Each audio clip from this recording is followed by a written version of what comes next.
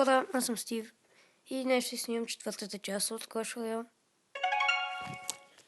В минали епизод бях казал, че няма да снимам на iPhone, но ще снимам и на iPhone и на Samsung, когато имам възможност, естествено. Ако искате, влезнете в този клан. Ще променя настройките. Поне над 200 купи да сте. И така. Ще ви донейтваме каквото искате.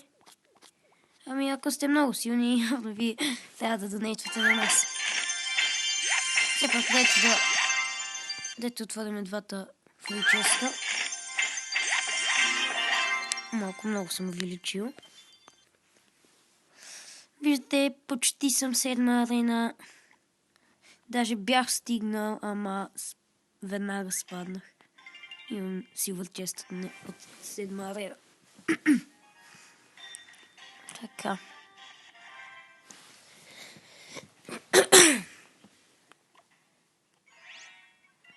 Не знам, че сигурно вече ви е писнало да снимам само в 6-та арена.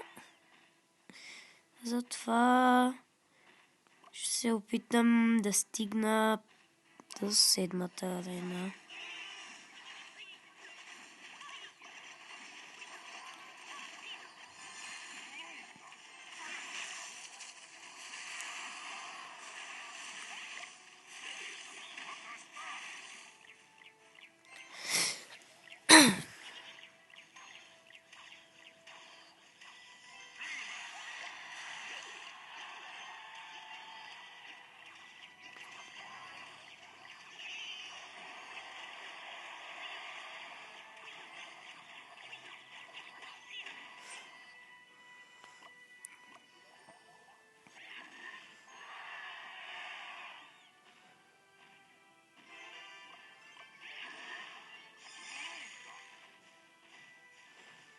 Някакво чувство, че с това сме с еднакви декове.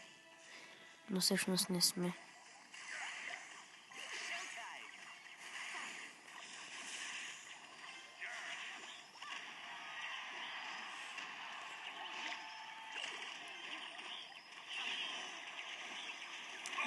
И той ще ни вземе обаче колата.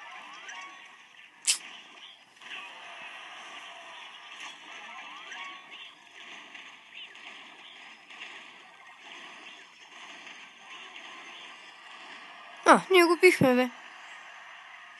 Ама че тъпак. Не обръщаше внимание. И голден чест, супер. Аз познах силвър честа се отваря. Чакайте да искам. Хайде, миньони ще искам.